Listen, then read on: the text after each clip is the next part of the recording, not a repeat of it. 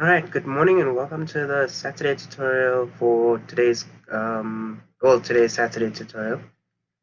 We'll be looking at practical 7 and I'll be kind of going through the question paper as well as actually doing a quick version of this just to explain the concepts of like inheritance, implementation, and interface, the difference between a base and a subclass or a child class.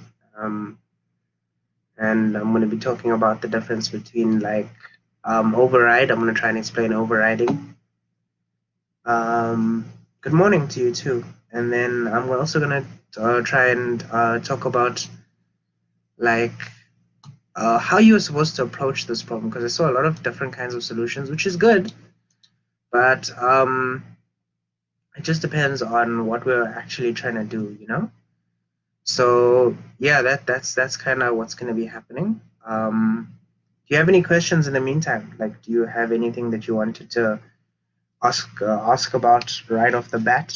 Is there anything that you specifically wanted to speak about off the get-go? You guys, anything that you guys wanted to talk about? The form. What about the form? Yes. Is there any specific questions there? You're welcome to unmute your mic or just type if you're more comfortable. Yeah. Good morning, sir. So with regards to the forms, I normally find it challenging for the steps to approach my form, because I know with the classes, I understand that I'm going to start with my abstract class and move to my derived classes. But with the form, what is the correct form in which one can follow?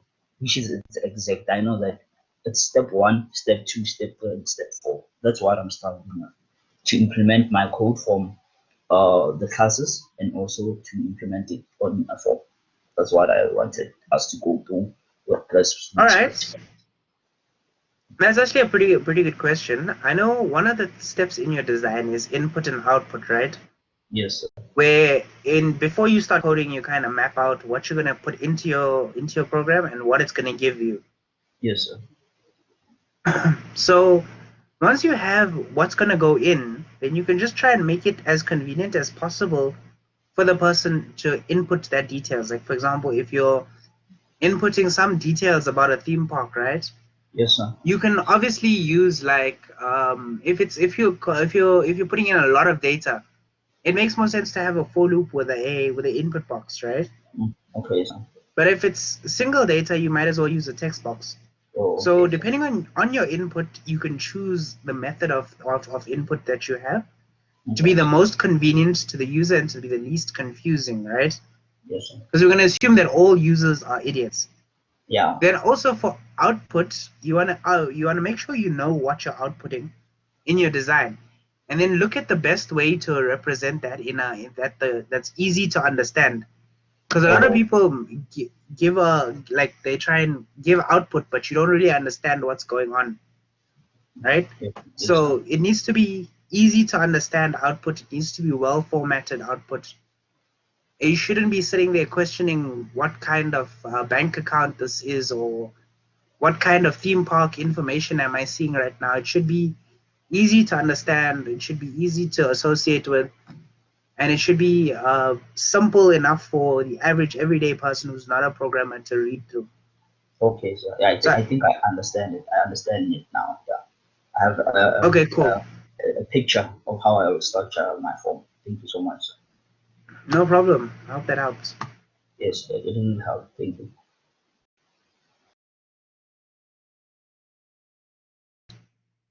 All right, is there any other questions? I think you're the only one here, so do you have any other questions?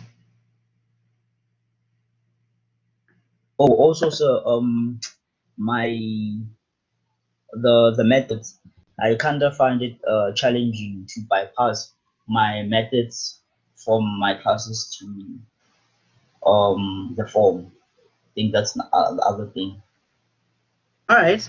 Well, one of the things that you need to remember with that, right, is not every method um, needs to actually be shown on the form. So Oh, okay. maybe you're going to make something that does some calculation, right? The button can call it, but only the answer that comes back goes to the form, right? So okay. you only need to call a function when you're trying to get an answer from a different class. Okay, so So that has to do with flow control, and I'll try and explain that a little bit more in detail as we get into the actual nitty gritty practical. of this. Okay, so Yeah. So that's what I'll try and do, because I think it works best if I try and explain that with code. okay, yes, sir. Thank you so much. That's No all. problem. That's all questions that I have. Okay, thank you, sir. Okay, no problem. All right. So just looking at the form, right? What they want is they want at least one abstract class. They want at least 3 derived classes, and they want at least one interface, from which at least one of these realizes them. So one of either the derived class or the abstract class must realize the interface. One of the more important things here is developing a solution for a single theme park, right? So that's a singular. Uh, well, that indicates that we're doing this for one theme park, right? So I know a lot of people ended up making a solution for multiple theme parks, and I think a lot of the markers gave you marks for that anyway. But the actual thing was you're trying to make it for a single theme park, right? So if we look at that, we can consider some stuff. We can try and look at this and say, well, we know that inside the theme park, there's going to be some stuff that we need to model. And we're going to try and make our solution such that it only uses inheritance and realization or implementation, right? So the first thing we'll need to consider is, what is an abstract class, right? An abstract class is a class that cannot be, okay, that you cannot instantiate in memory, that you cannot make an object of, right? It's a class that has some function that has no implementation, right? If you have an abstract class without a single abstract,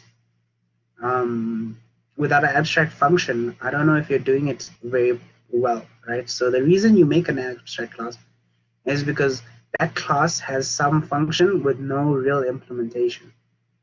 Right? That's how I look at the rules, right? So obviously there are exceptions. Like if you make an abstract class and it's just abstract in name, then it's fine. But a true abstract class is one that has a method that cannot be implemented, right? And there's a big difference between a method that cannot be implemented versus a method that can be overridden, right? Overriding a method, that's talking about where there's different kinds of implementation for the subclasses, right?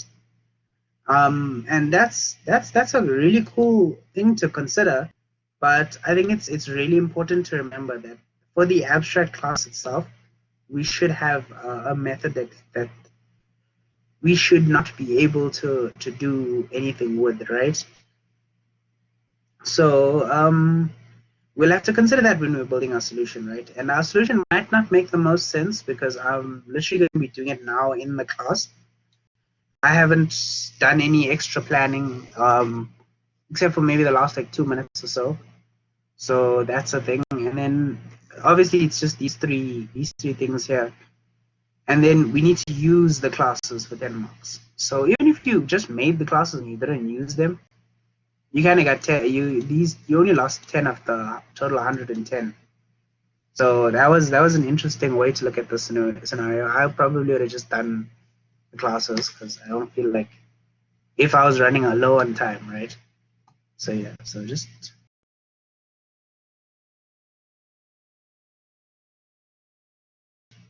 so let's just consider, let's see, what kind of solution are we gonna make, right? What kind of problems do you guys think a theme park might have? Any ideas? A single theme park, what kind of problems would it have possibly?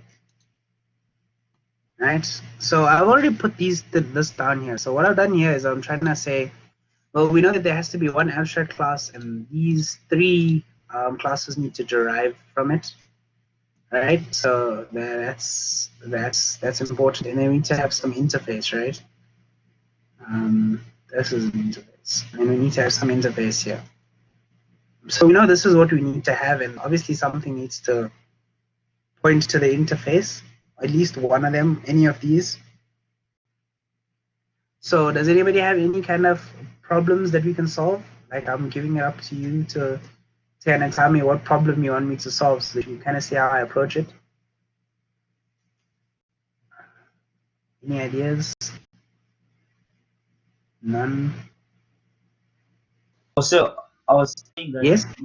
I was saying with regards to filling in the blanks, like our attributes and our methods, you mean that you want our input. Yeah? All right. So for me, sir, I'd say that a theme park has the different types of activities that are done there. I'd say it's All a right. good attribute. All right. Type of activities. Yeah. All right. So you Uh, wanna try and model the activities here. What yes. problem would you be solving with that? Uh, okay. So it will help with me when I'm in the method, like in an instance, if like cause in a theme park there's different types of like activities, like maybe there's what's this merry-go-round, like different types of what are those things called? Um um Right. yeah. Those type of rides, yeah, rides that are done. So it will help me that when I'm doing my function, it will help with the age group in which it needs to be yeah All right. yeah. So I'm gonna take your idea and I'm gonna adapt it slightly. Right? I'm gonna say maybe theme park X doesn't know how to measure which is the most popular ride, right? Yes, So ride popularity is gonna be concerned with how many people ride the ride and how many yes, people. So we're gonna try and look at how many people ride the ride, as well as how much money it brings in, right? yes, So wait, let's think about this properly. Yeah, we can just consider the amount of rides for now, yes, and we can yes, build up our solution a bit more as we get there, right? yes, sir. So one of the things we need to know is, okay, so this is obviously going to be a ride, right?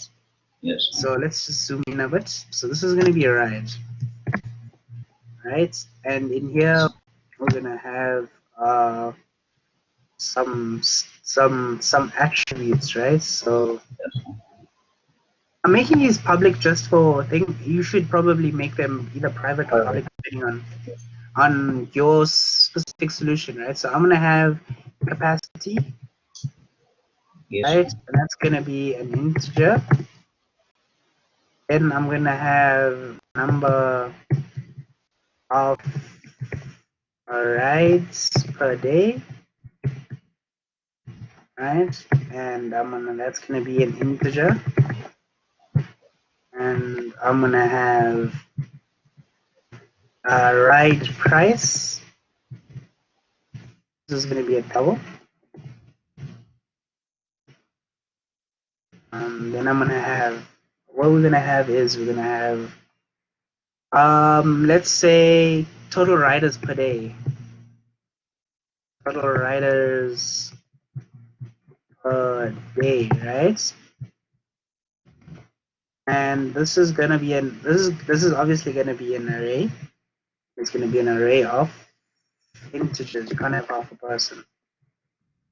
Right. In here, what we're gonna have is we're gonna have an abstract function called no what can, okay, so the first function we can have is get popularity, right? Yes, sir. Popularity would be like the amount of, so it's going to be number of riders per day, number of rides, and it's going to work, we're going to work out some mathematical formula for that, right? Yes, sir. So get popularity is gonna return an integer, And so right? can I add something? Yeah. I think also the hours in which the ride goes, like for a specific person, like how many hours or they ride, or or how many hours it takes for them to ride that ride, because obviously there needs to be time keeping and maintaining so that it's not above or less, and also helps other people so they can get into the ride. Like, yeah. Okay. So you want to try and solve the problem of optimizing when the ride should run. I Yes. don't think we can do that here because that will need us to have to bring in a specific kind of another class called rides, which will which would need composition. And I don't Okay, want so to try and bring in composition right now. all right. So for now, let's try and get all of the stuff we know about rides down, and then we'll try and figure out what are the different kinds of rides that we have, right? All right, so thank you. No problem.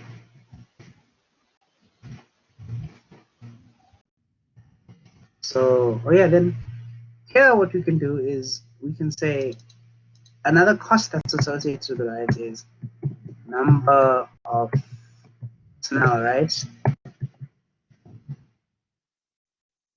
I'm going to just say number of personnel, and it's going to be integer. So a lot of integers today.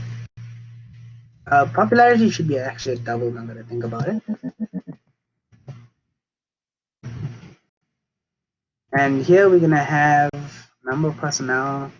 So now I've got number of personnel, we can also get total costs, total profit actually, right?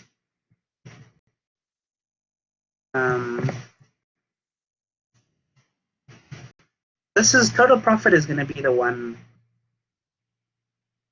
Total profit is going to be the one that's going to be abstract, right? So, do you know this one is the one that's going to be abstract? Maybe this one here also, but ideally this one here.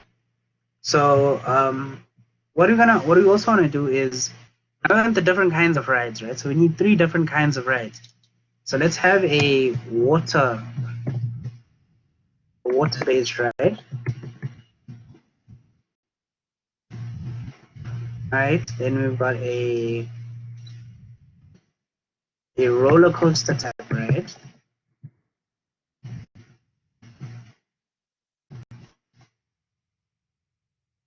Then we're gonna have another kind of ride here, and this one will be a kids ride, right? Because kids rides are not roller coasters, but they can be water-based. All right. Let's change this actually. Let's not make that out. So we've got a water-based ride. We've got a roller coaster. We can have a different kind of ride here, which would be what else can we have? All right, let's just make this a dry ride, right? So this is not a water-based. It's non-water-based. And here we'll have a mix, right? Water. So, right, so that's just, obviously this doesn't make that much sense right now. But the other thing that I'm going to do here is I'm going to say, well, this interface is going to be, it's going to represent kids rides, right? So some of these rides will be a kids ride, right? But not all of them will be a kids ride. And for example, what we know is that, let's say some water-based rides, water-based rides could be kids rides, or non-water-based rides could be kids rides, or the kids rides could be mixed rides, right? And that way it'll allow us to make sure that the kids rides have certain attributes, which is going to be like things you might for a kids ride include like safety measures, right? So get safety rating, right? So safety rating can be calculated by number of personnel and number of rides, so or capacity. So what we'll do is we'll say, well, number of personnel must be some fraction of personality. So maybe for kids ride, the number of personnel must be not less than half of the capacity of the ride. right? Then we said it's safe because in the event of an emergency, we've only got one staff member dealing with 2 kids, which is not that bad. So I think it's a good way to think about it, right? And this is gonna be safety rating. I'm gonna make it a string because I don't want to make my life too complicated. So we'll have him here. We'll have that interface there, and then some of these now need to inherit that. So I see there's a few more people now. Does somebody wanna vote and just be like, which of these should be the kids' ride?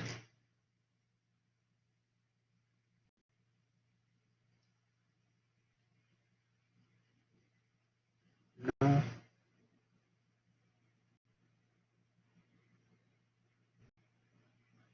Mixed ride. All right, cool. So mixed ride is gonna be the kids' ride, and I'm just gonna make this a dotted line.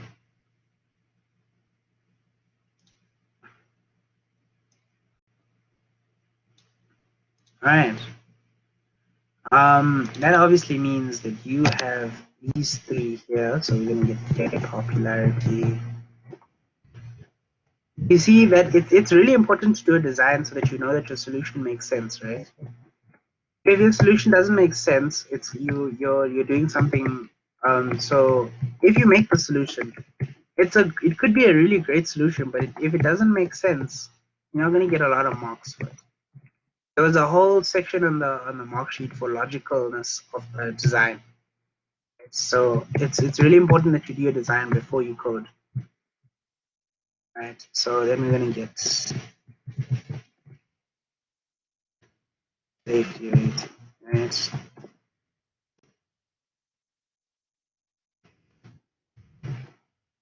Alright, cool. I'm just gonna copy these to here. And we're gonna put three. Alright. Right. Obviously I know some lecturers don't want you to show the inherited attributes. I'm just showing it for the sake of this practical so you kind of know what's happening when something is inherited, right? So non-water-based rides, we're gonna need something like 5 packets needed, and that's gonna be right. Mixed one, this one will also have that. Now notice that I didn't put life jackets needed into the abstract class, right? Because although it was in 2 of the classes, it's not in all of them, right? That's really important. And a lot of mistakes were made with the check account. Yes, please talk to me. All right, so yeah, as you mentioned that you doing this for the sole purpose of this practical. So for the our because we are not required to show the attributes and also the functions that are inherited. So is that also fine? Yeah, if the lecturer said you're not required to, then you don't have to. Okay, thank you, sir. No problem. Um, so one of the things that's really important here is you need some kind of some extra stuff so that it's not just empty classes that are inheriting and you're like, oh, okay, that's an empty class. So we'll just say is enough life jackets, right? And it's gonna return a bool. And I'm gonna copy this because it needs to go to the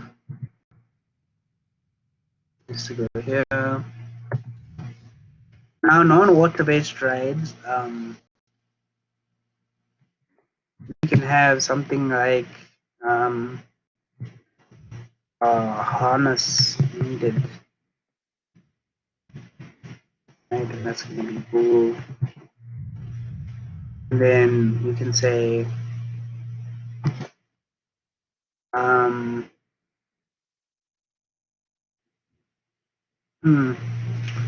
for this calculation, you need to have number of life jackets. I just remembered now.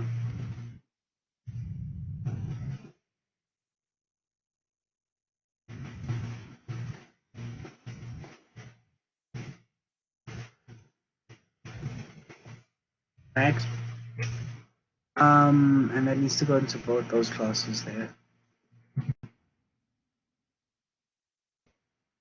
Right. So harnesses needed is just something to differentiate this class from the rest, and we'll have undamaged harnesses, which is going to be an integer. Right, and here we'll have gets let's say is enough harnesses, right? And that's gonna be a boolean. So they all have similar stuff, but not the same. Do you see? This one has the number of harnesses and this one has the number of life jackets. Now, while this attribute actually looks a lot like that one, the reason we can't say they're the same is if we say, oh well, maybe we will just put number of harnesses in the top here, and we'll just use that as life jackets here. The reason that's wrong is because it's not readable in your code that this represents life jackets. So the person who comes to maintain your code after you're gone could just be like, oh look, there's harnesses here. So I'm just going to change everything in the UI to harnesses, and then eventually you end up with a system that's actually trying to essentially put harnesses on water-based rides, right? And that's not a great idea, right? So like with the bank especially, remember withdraw and credit and debit, those two did the same thing, but the check account had a name for it called withdraw and deposit, but the normal account that you were supposed to make, the abstract class one, was supposed to only have credit and debit. Now, whilst it's the same thing, it's not. It's different rules that can apply. So it might be different rules for how water slides work or how non-water-based rides work, right? So that's just something to keep in mind when you're designing your project, right? There we go. So I think this is a good class diagram for now. It doesn't meet all of our requirements. We've got derived classes. One of them implements an interface. We've got one interface. His experiences had been. Okay, wait, let's just read that question quickly.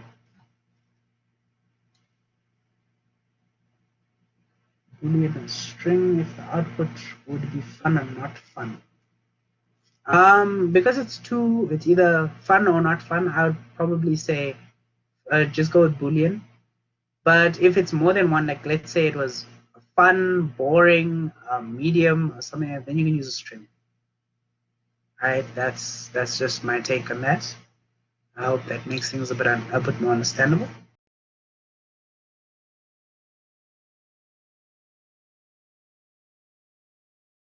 No problem. All right. So now that we've got this, we can start coding.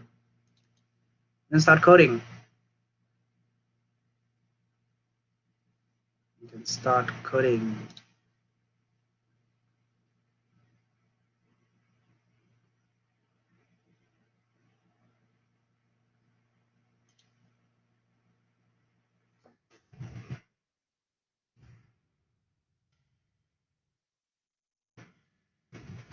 All right. Does anybody have any questions regarding the class diagram I did?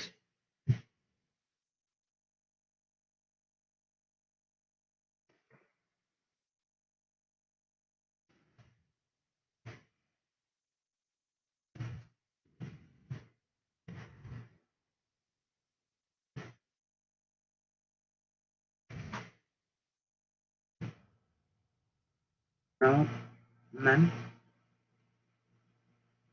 Everything good on your side. All right, that's great. Scaling and main display set to 200. All right. Let's try that.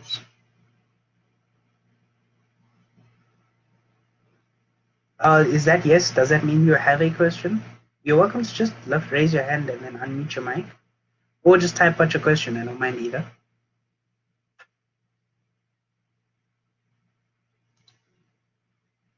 Why didn't we take out common objects? What do you mean, why didn't we take out common objects? In the class diagram.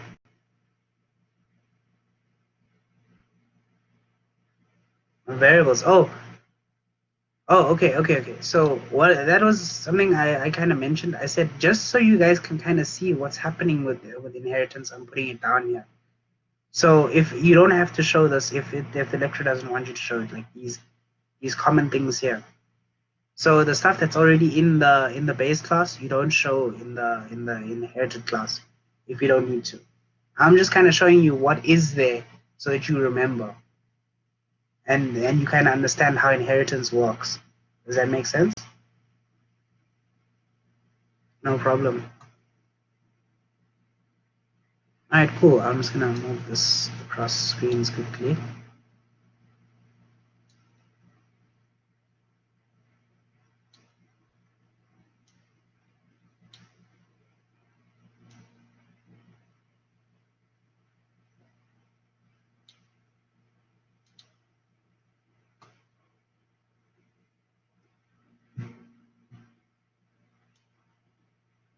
Okay, so let's start adding stuff in.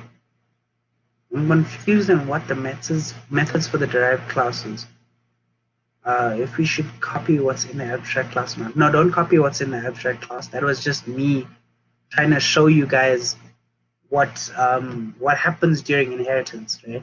So when you inherit from the base class, all of those features inside the base class, all of those variables as well as the methods are actually put into the derived class, right?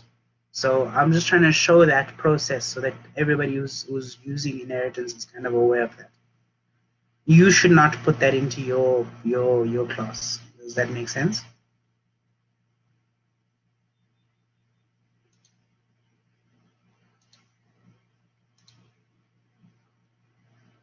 Okay, cool.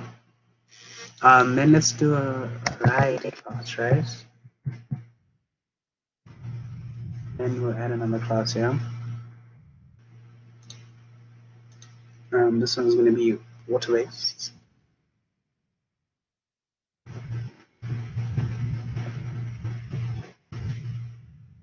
And then we're going to add another one. And this one is going to be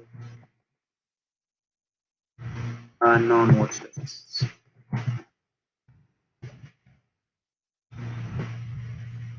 Right, and another one. And this is going to be mixed.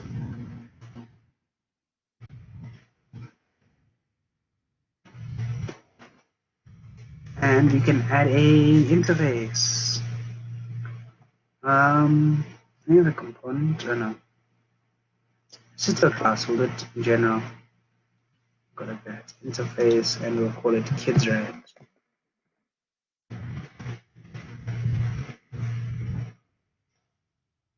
Nice. Here we go.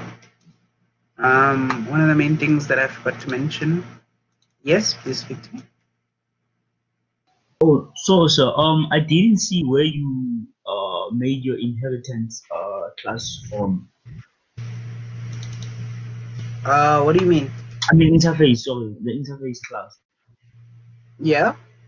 I'm saying like the way we do our classes. So for the interface class, do you like follow the same format, or is it slightly different? Because I always struggle to find like where I should create my interface class form. It's essentially so what you can do is you can do what I did, where you go add and then you just add a class, and then in here you select interface, right? Oh, okay. So for this case, because this interface comes from the one of the derived classes. So where there is that derived class, we select interface on that one, or I haven't done the actual inheritance or implementation just yet. I'm gonna do those now. So like as you can see, like mixed right is literally just a blank class for now. So the first thing I want to do is I want to Okay, remind you guys interesting. to put in your option statements, right?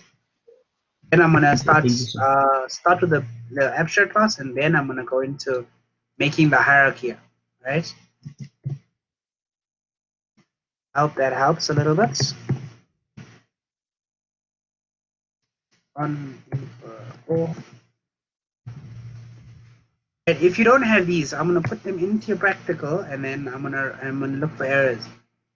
If I get errors after I've put them in, then that's it. You don't get any correctness marks. You lose the whole 50, and that's not a great way to be getting marked, right? 50 is losing a whole 50 marks because you forgot your option statements. Is a terrible way to go out.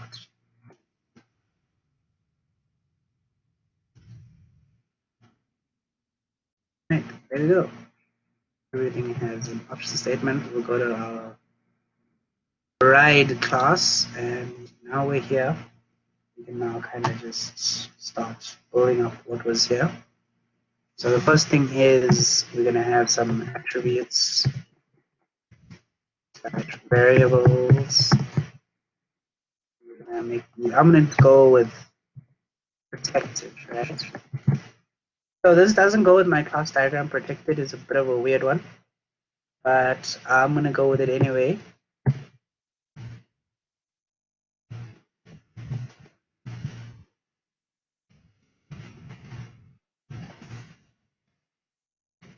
And then we have number of rides per day. And integer.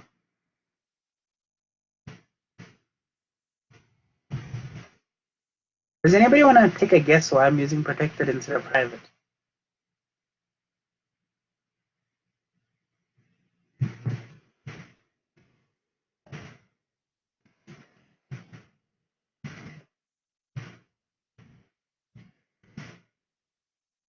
Nobody?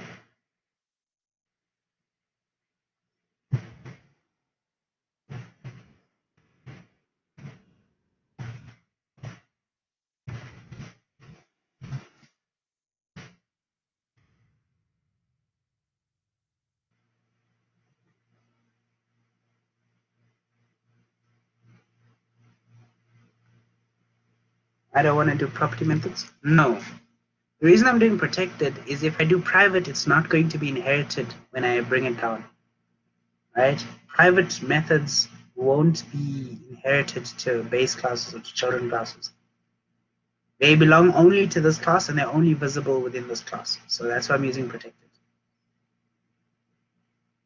Yes, since I'll be using these variables inside the derived classes. Alright, I forgot why we did this now. So we've got total rides per day and we've got number of rides per day.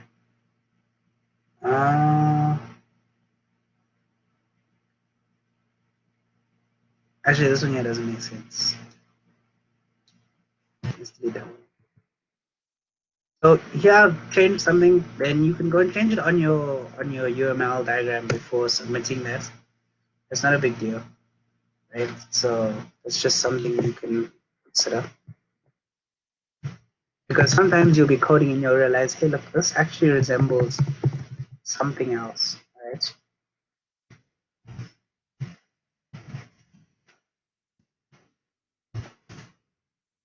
Alright, so now we've got the attributes for this. Now we just need those two methods, right? Another thing that we're gonna have is we're gonna type must inherit, right? That's important. Must inherit is an important thing. Alright, so now let's go. We need some functions.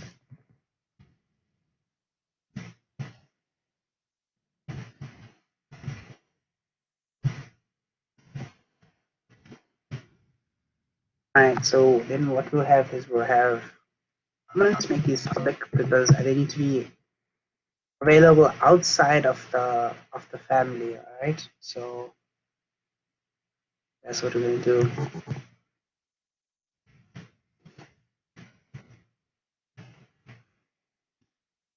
Clarity.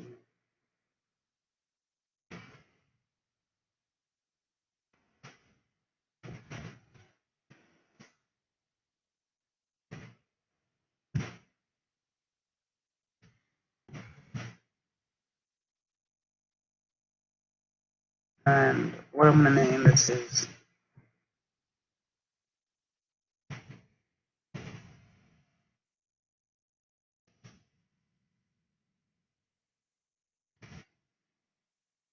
okay. So I'm making these abstract functions. I'm going to make this one a must override, and then I'm going to make this the other one overridable, right? So um,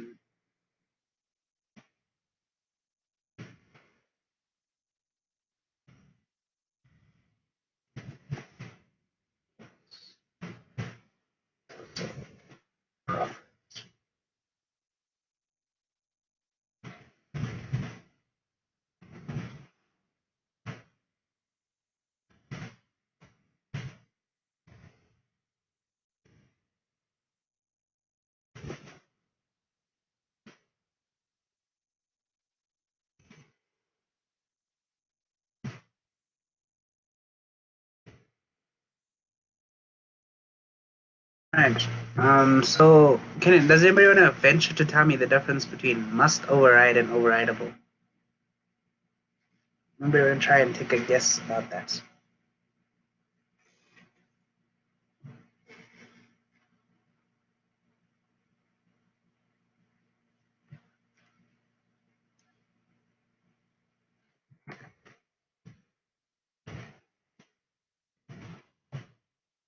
Yeah, speak to me.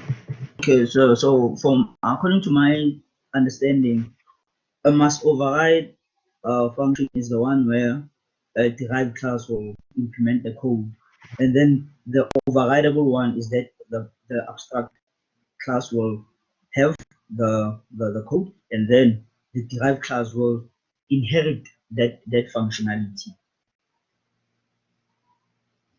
Okay, So it's that's going pretty to good. it's going to be overridable. Yep, that's almost exactly correct. Just to reiterate what the student just said quickly, must override essentially means that there's no implementation inside the base class.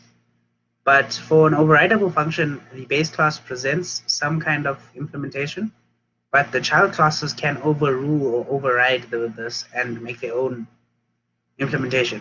Whilst base classes must give some implementation for this, or they themselves must inherit. All right, so that's just a quick summary of that. All right, so we're gonna say dim cost as double income double, and then we're gonna say costs.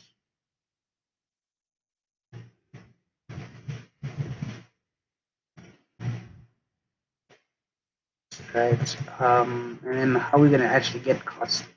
So cost is equal to number of personnel multiplied by staff salary, right? And we can say income is going to be equal to total rides per day. So it's going to be the total of total rides per day times ride price. So as you can see, we need a helper class here. Right, that's just a thing. So I'm going to make a protected function. Total rides x, and it's going to be as integer, and it's going to just go x, comma total is integer, say 4x not to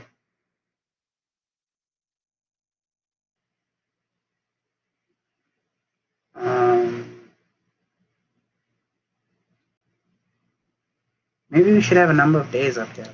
Let's put a number of days up.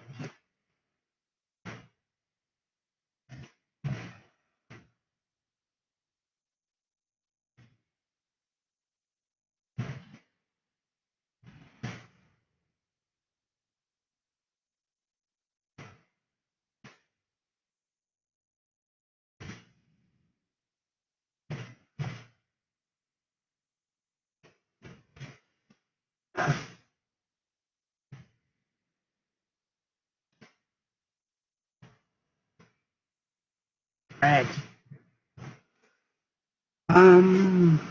What else? Oh yeah, we need to set those both of those equal to 0.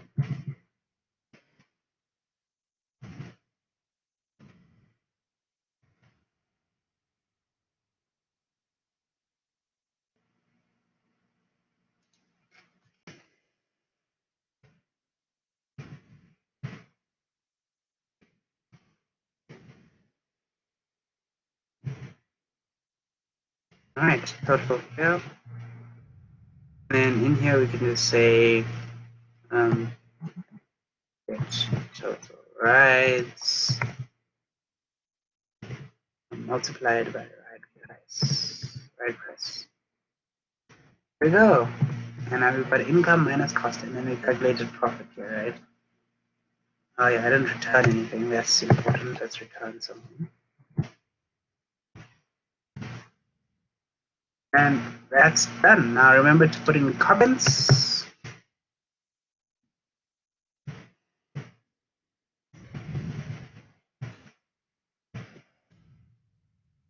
Remember to put in comments here also.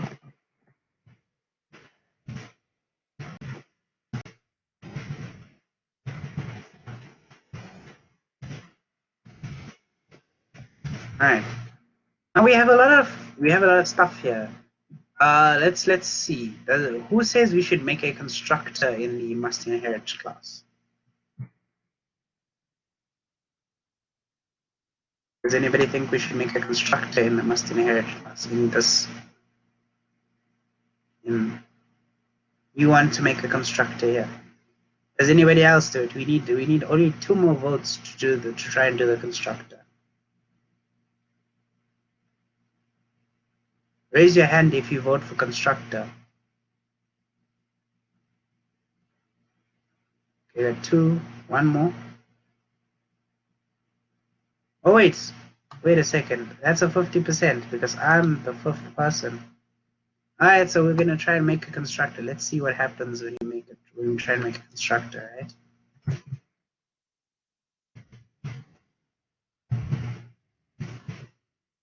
Alright, so we're gonna say public sub new.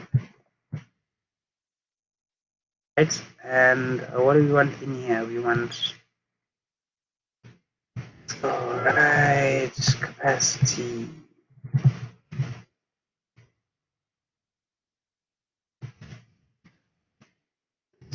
Yeah. Right. Size public.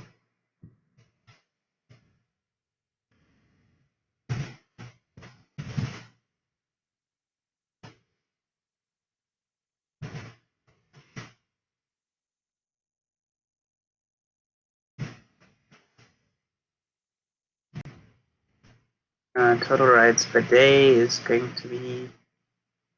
Alright, we need to make a property method for total rights per day, because that's obviously an array, so we'll need to do that. But here we can put staff salary.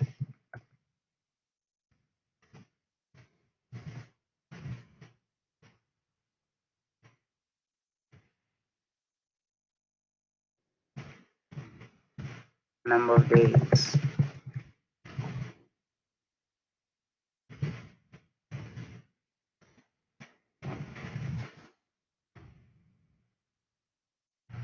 then what did I forget? I forgot the O1 here.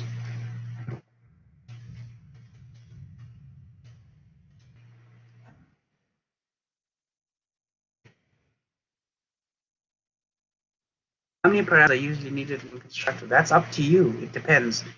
As long as I can give as long as I can access these through either a property method or through the constructor to set it up, then I'm happy. All right. So sometimes they'll tell you how many property methods to make. Sometimes they'll tell you how many stuff you have in your constructor, right? So I think that's just an important tip for you guys.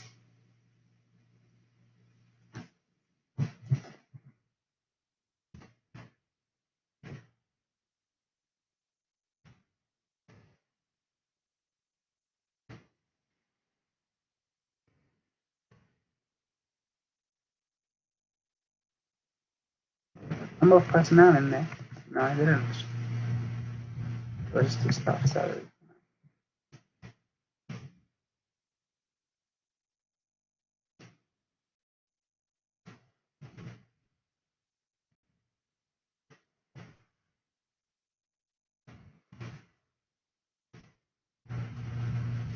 It's just checking staff. Number of personnel.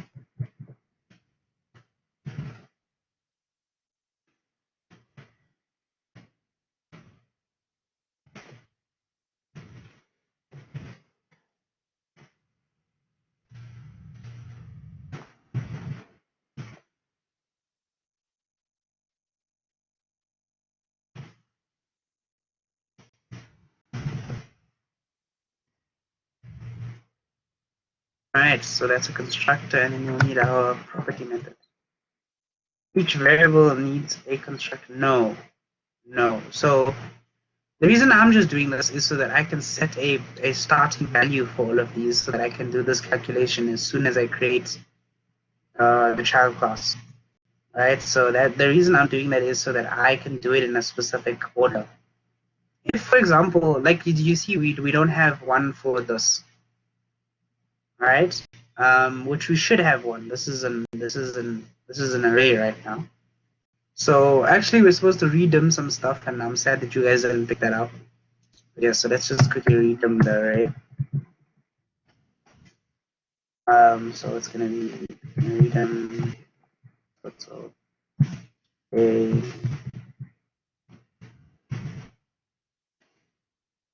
and that's done.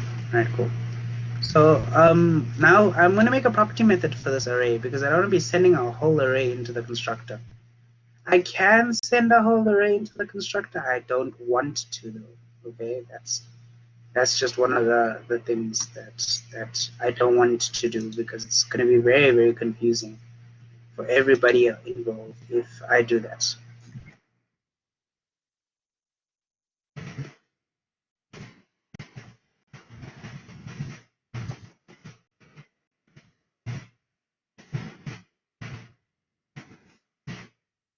All right, so let's go. Property.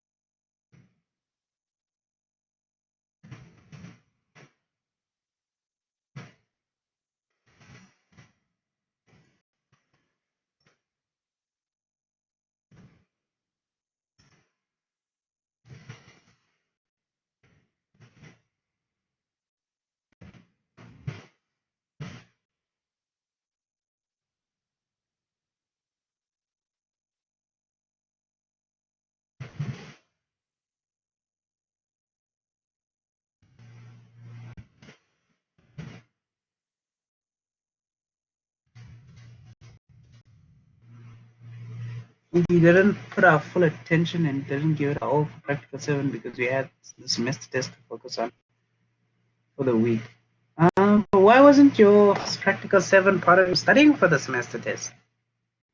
You see, that's my thing. Shouldn't your practical 7 have been part of your studying? That's just a little tip for you guys for next time, I guess.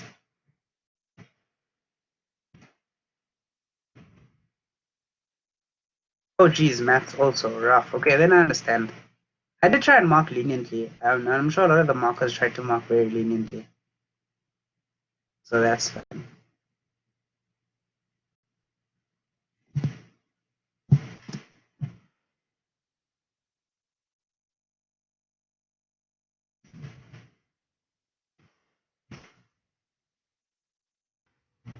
Right, that's the property method done.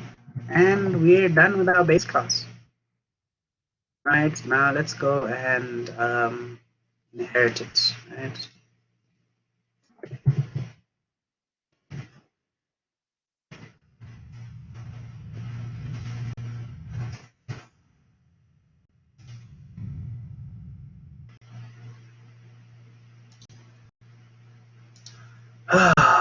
Let's just go there.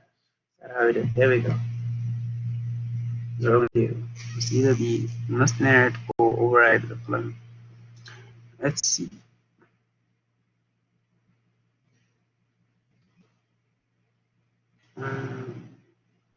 Alright.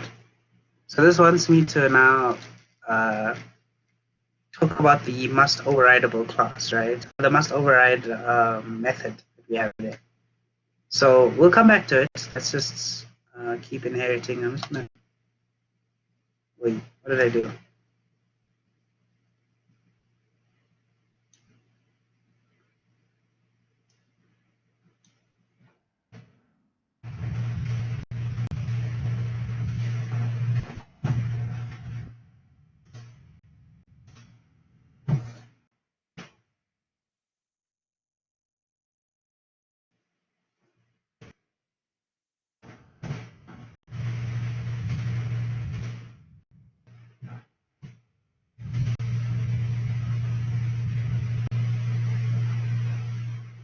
There's it because we need to have a to make the constructor. Yeah.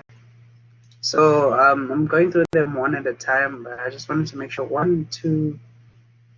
Oh, did I did both of those? Yeah. And then now we're gonna do the public sub new, right? So. Right,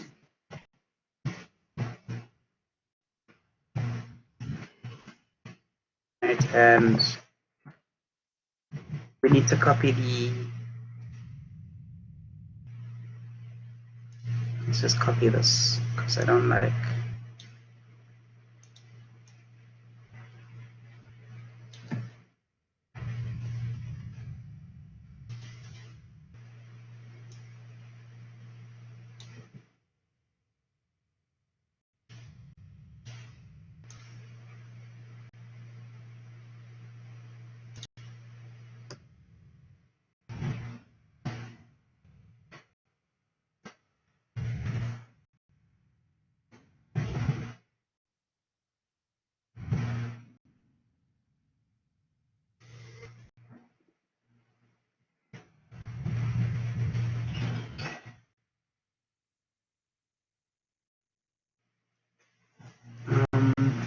Then we've got staff salary. Then we've got number of days.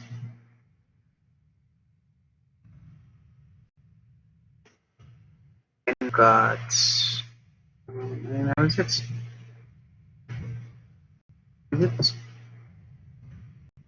So we've got personnel, right capacity, right price. So that's missing.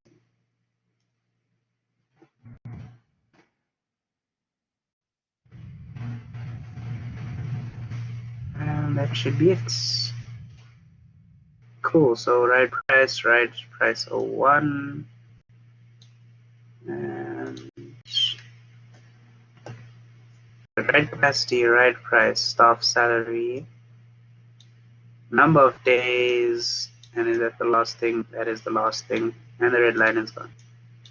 Alright, so that was a bit of a painful process, but it's done now. So we can just do that, and we can just go Like that. Okay, cool. So now we've got our three derived classes, right?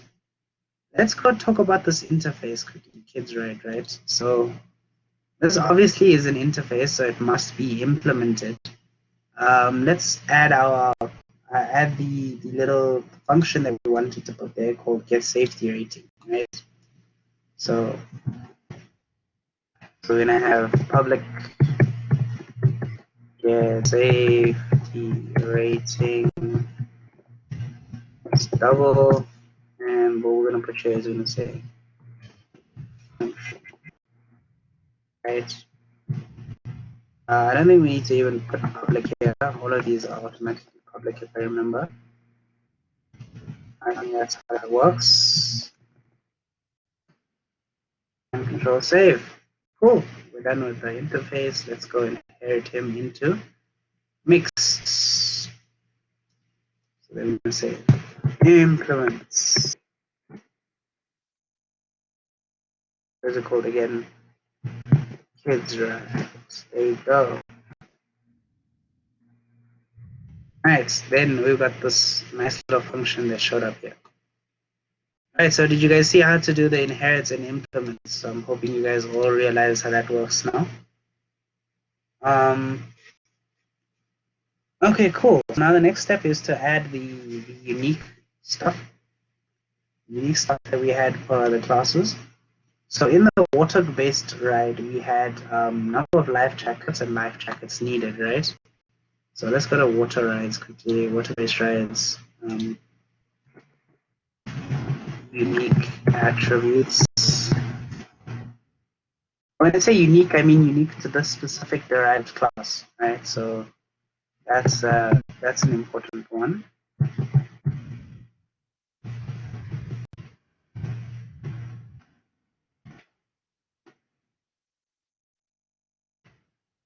Rating.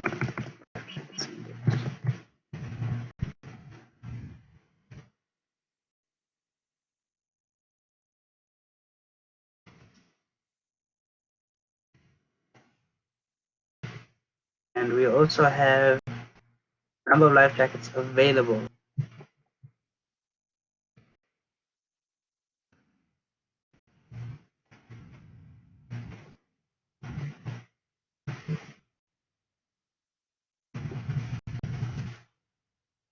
Right. If I remember correctly, this was also something that was nice and easy to just quickly mixed rides. Yes. What is the question? What is the question? You're welcome to unmute your mic or just type for me. What's up?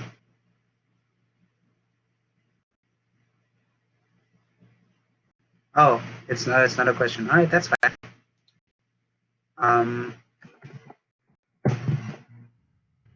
Lowered for it, yeah.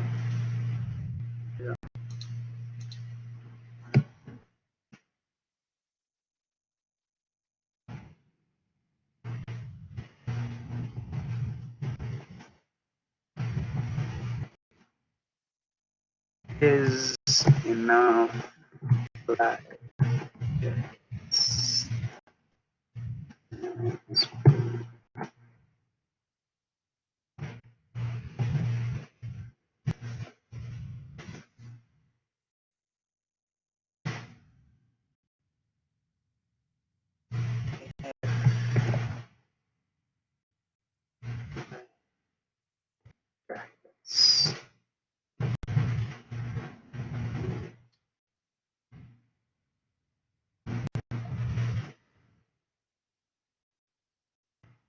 Life jackets needed is greater than life jackets available.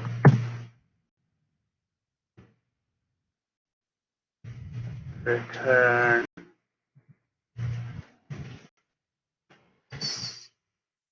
else.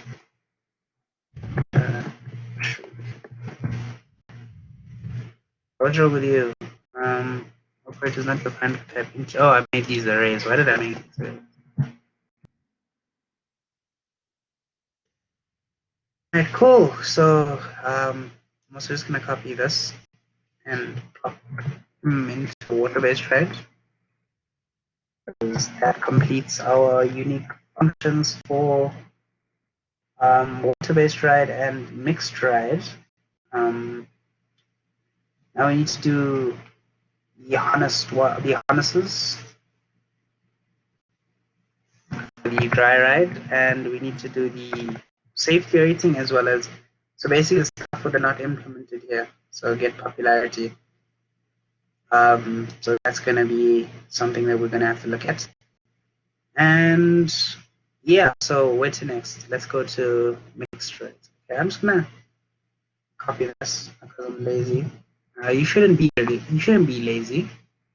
Any event that you are, you copy like me, right? So life jackets becomes harnesses.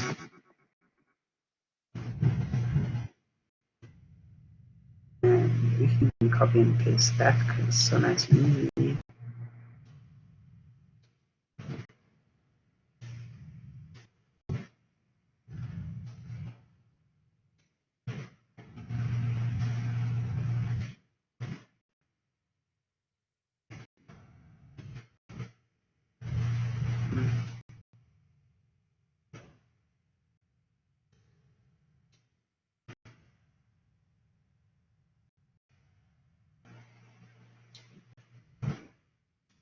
Here we go. And that covers our basic here. Alright, now let's talk about get popularity. Alright, actually let's go straight to mixed, right? And then we can do both of those at once and then just copy and paste. Like we've been doing. Alright, so get popularity. We're calculating popularity off of the basic stuff that we got here. So popularity is going to be the number of rides per day times total, so times capacity minus the total riders per day. Well, yeah, okay. Here we do that. Times number of days. Okay, so this is a quick and easy version here. The quickest and easiest version that I can think of is going riders rider capacity for all days, right?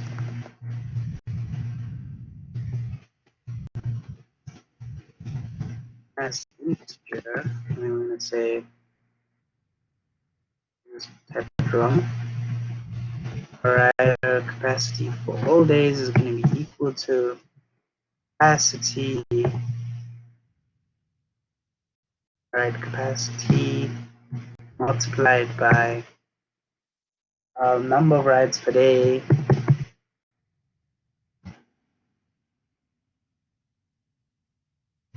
I remove number of rides per day. Yes, that's why that was there. All right, that makes more sense now. Let's put it back.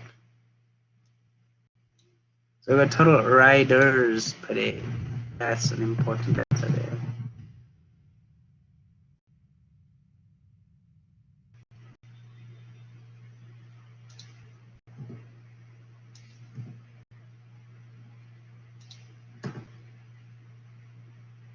All right. In here we're just gonna say expected total rides per day. Number of rides per day.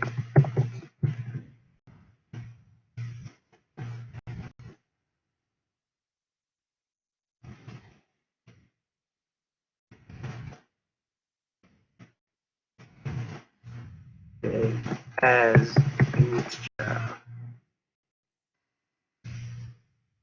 Alright, I'm gonna have to eventually put this into this here, so we're gonna go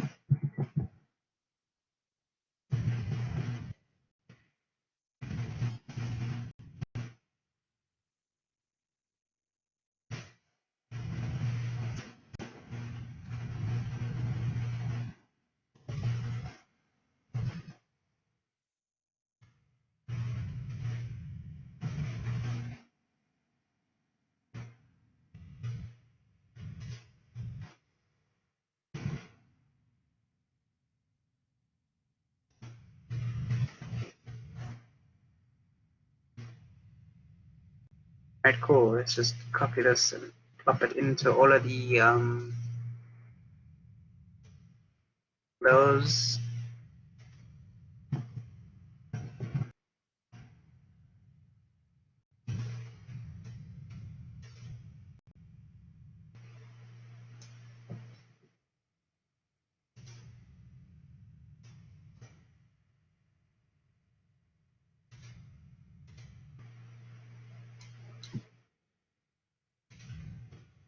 Alright, that fixed all of those quickly.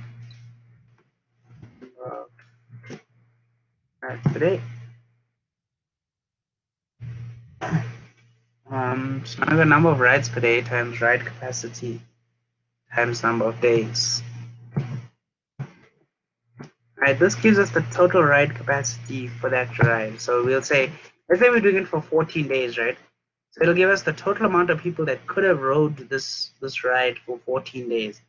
Now we're going to get the actual number of riders, which is just going to be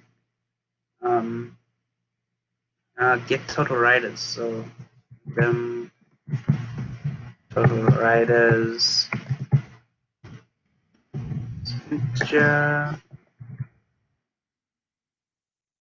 total riders equals to get total rides. Alright, cool. So remember this is a misspelled utility function I made in the base class. Alright, now what are we going to return? It's a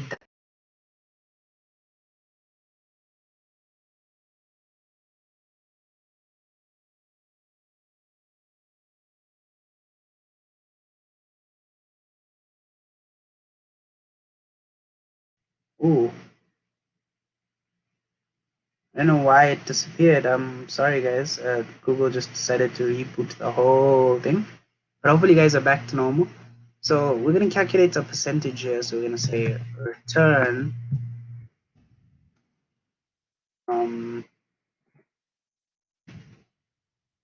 rider cap for all days divided by, no, other way around. So total riders divided by rider cap.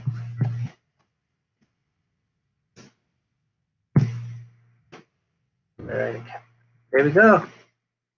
That should give us a nice percentage.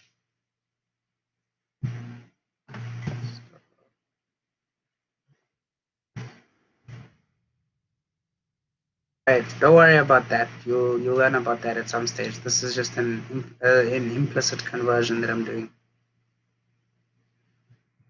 All right, cool. So now we've got get popularity. I'm gonna just say that this is gonna go in all of them. It shouldn't. It should be different for every single ride, right? Because that's why we made it must inherit. But such it turns out that essentially we don't need it to be different, right?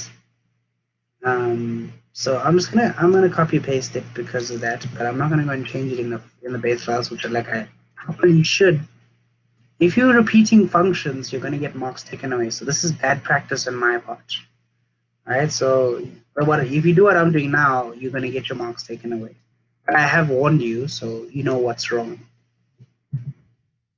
Alright, so that's popularity. Save. Let's go to mixed rights. Now the next thing that you need to do is get safety rating. Alright. So let's think about how we're gonna do safety rating. We know we can check amount of life jackets. We know we can check the amount of staff. So let's do a check for the amount of life jackets and the amount of staff, right? So if the life jacket, if is not enough life jackets, return unsafe, or if and then we can just calculate the number of personnel, right? So let's just try that, shall we? Answer. I'm hoping everybody's still following. If you're not, please let me know what happened. Is there a problem? Does somebody want to venture off and tell me if they're still following, if they still understand?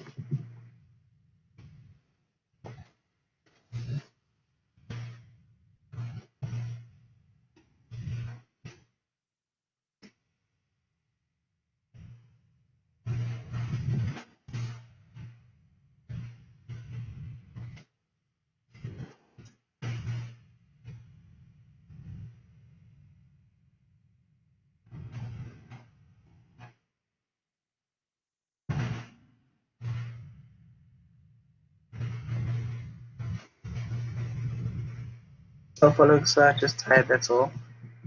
Understandable, it is a bit tiresome, especially when like I know how to make this a bit more interesting. Like if you have any questions or suggestions, please let me know.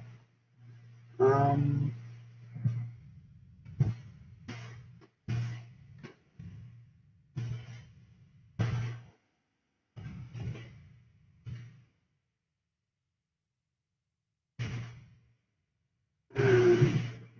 yeah.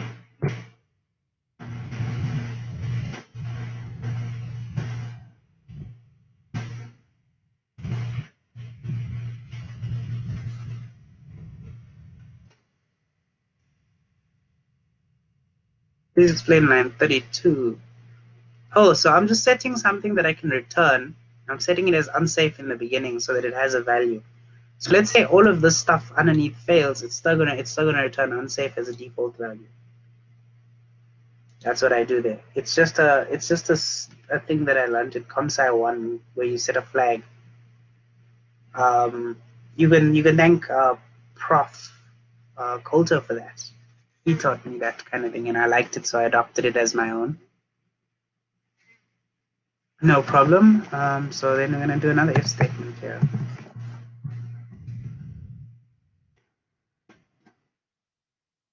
Here we're gonna say if number of capacity divided by 2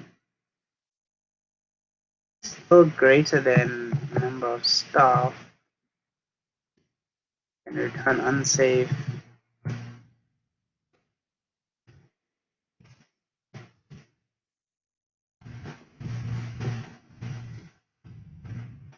Else.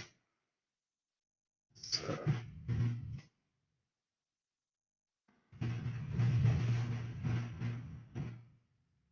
all right, so let's just make sure this works out, right? So we're saying capacity divided by 2 is still greater. So if there's still more than 2 people per single specified staff member, right? Then we're just gonna say answer.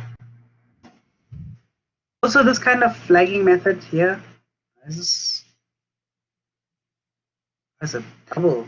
Oh jeez, I didn't make it a string. Why is the answer safe for the if statement and the else statement? Oh yes, that's a problem. So if there is enough life jackets, then it's safe. Else unsafe. That's a good one. Alright, so I'm just gonna go and quickly change my kids right here to string.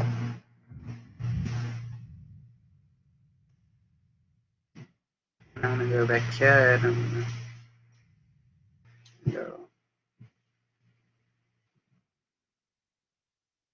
that, and ta-da, we have fixed that issue.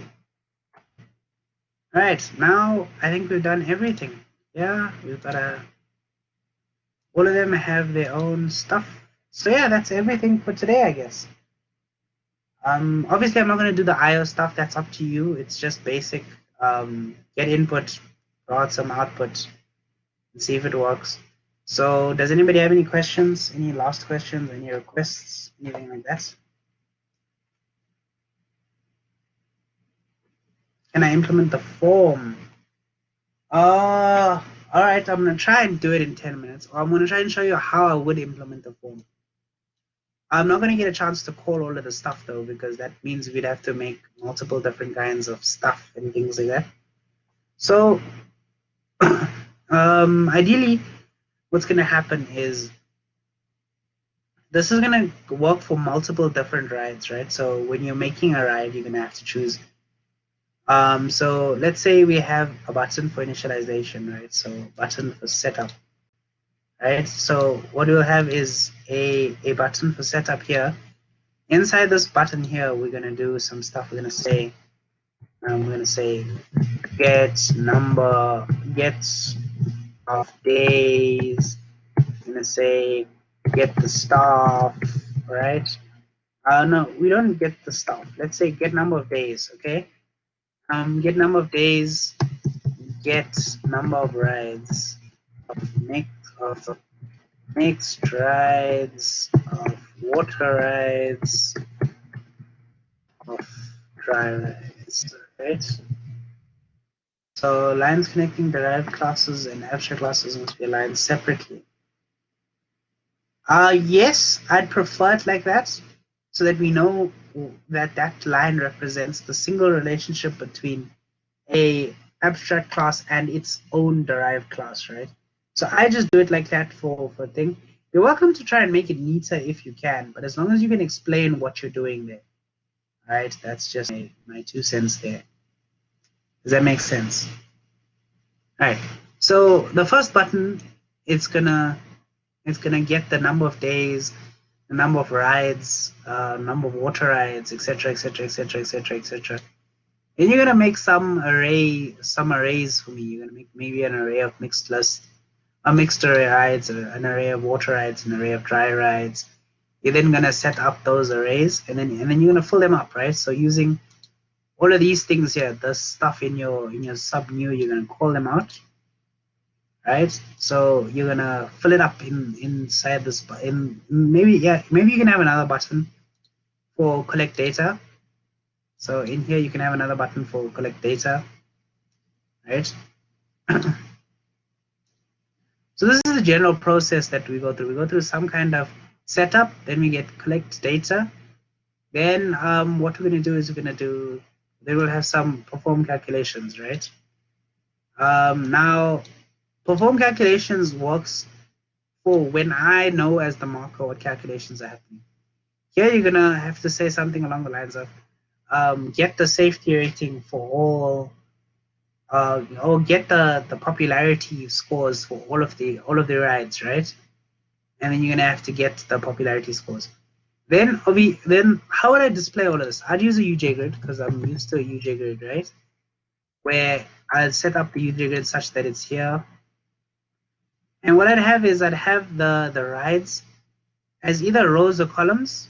Each ride, regardless of whether it's a mixed ride, whether it's a dry ride or whatever the case might be, I'd run those all through here, and then I just at the end I'll have the maybe a column or a row that's for the popularity scores. So when you click button 3, it fills up that row or that column.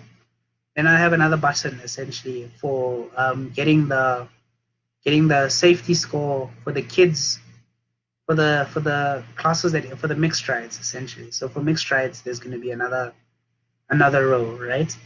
And that's essentially how to do the output for this. Does that make sense?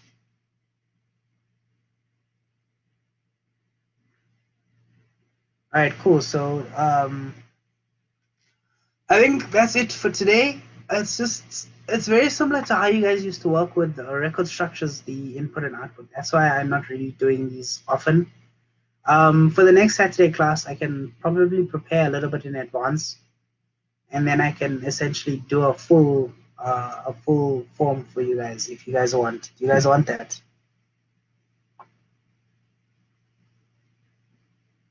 Yes. Okay. Cool. So then I'll do a full form implementation for the next week, for the next Saturday class. And I'll try that. All right then. I'm hoping you understand. Is there any final questions that you guys have for me?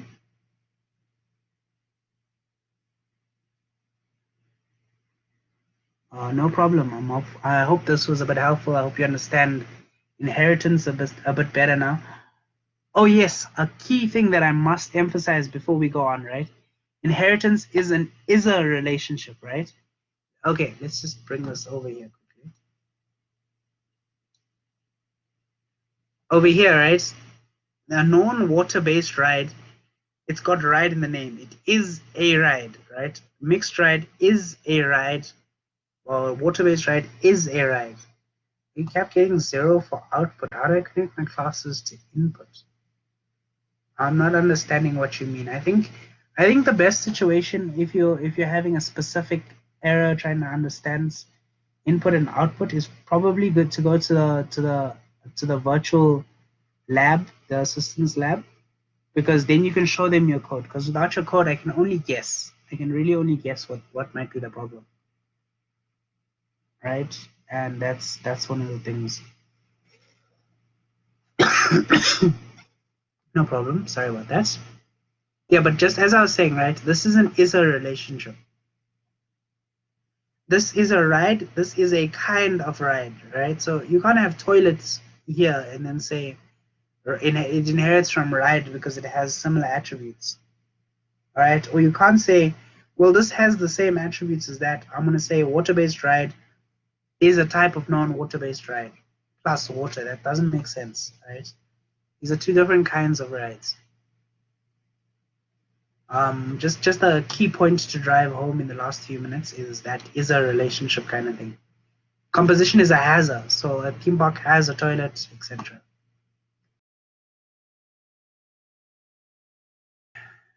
Any other questions?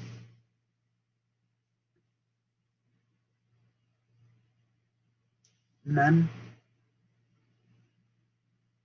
No more questions. Does anybody want to talk about like anything that they struggled with other than this, other than the form kind of thing, which I'm going to do next? Please explain single object and double object when instantiating the form, like creating the constructor. I'm not sure what you mean by that.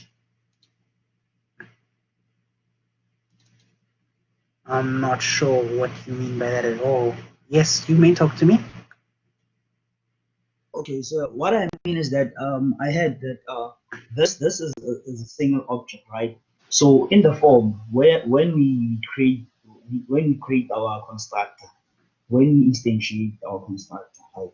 So how to go about doing that? That's my question. Are you talking about like instantiating different kinds of objects? In, So in like, this case, I understand it's a single object. yeah, so essentially for now, what I suggest you kind of concentrate on is you're gonna have to make arrays, right? So you're gonna make an array for mixed rides, right? Called mixed. And what you're gonna do is in your initialization, right? You're gonna get the number of mixed rides and you're gonna redim this. So you're gonna go redim. I'm just gonna comment instead. I'm gonna go redim mixed, and it's gonna be number of mixed rides, right? Okay, now what you got is you've got an array, and then you're gonna go through each. So you're gonna for loop through this. So you're gonna loop through mixed and call constructor for each object in the array, right? Then you're gonna do the same thing for water rides and things. Now I think what you're talking about is something called polymorphism, where you make an array of the abstract class, and then Yes, you try and so that's polymorphism. You're gonna probably learn that at a later stage. All right. So for yeah. this one, you So only do it for the derived classes. yeah, so only do it for the derived classes for now. Eventually, Oh. you're gonna get to a stage where you can do polymorphism, right? Where Okay. you create a mixed ride and then you'll put it into an array of the abstract class. Yes. And that's called polymorphism, and that's a different kind of thing. Oh. So you will be doing that though, so don't worry about it. You'll learn that in the next tutorial or whatever. Oh, so thank you, sir. I understand. No problem. I'm hoping that I kind of helped you out a little bit. All right, is there any other questions, last minute stuff or anything like that?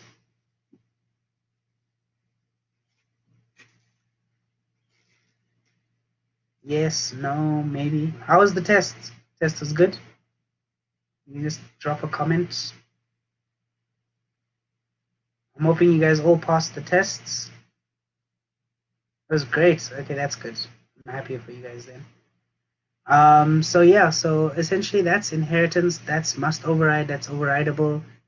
Any questions regarding overridable and override and must override, must inherit? Any questions regarding inheritance itself? You're welcome to ask any of those now quickly in the next couple minutes. I'll give it another 5 minutes. Just to reiterate, inheritance is a relationship. right? Must override is when you declare a function that has no implementation in the abstract class, and it is what categorizes a class as an abstract class, right? It is one of the main characteristics of an abstract class. So an overridable is when you have some kind of general version, but there might be a child class that does it slightly different. All right, cool. I think that's it for today then. Enjoy the rest of your Saturday, guys. Have a great one. Work hard, study hard.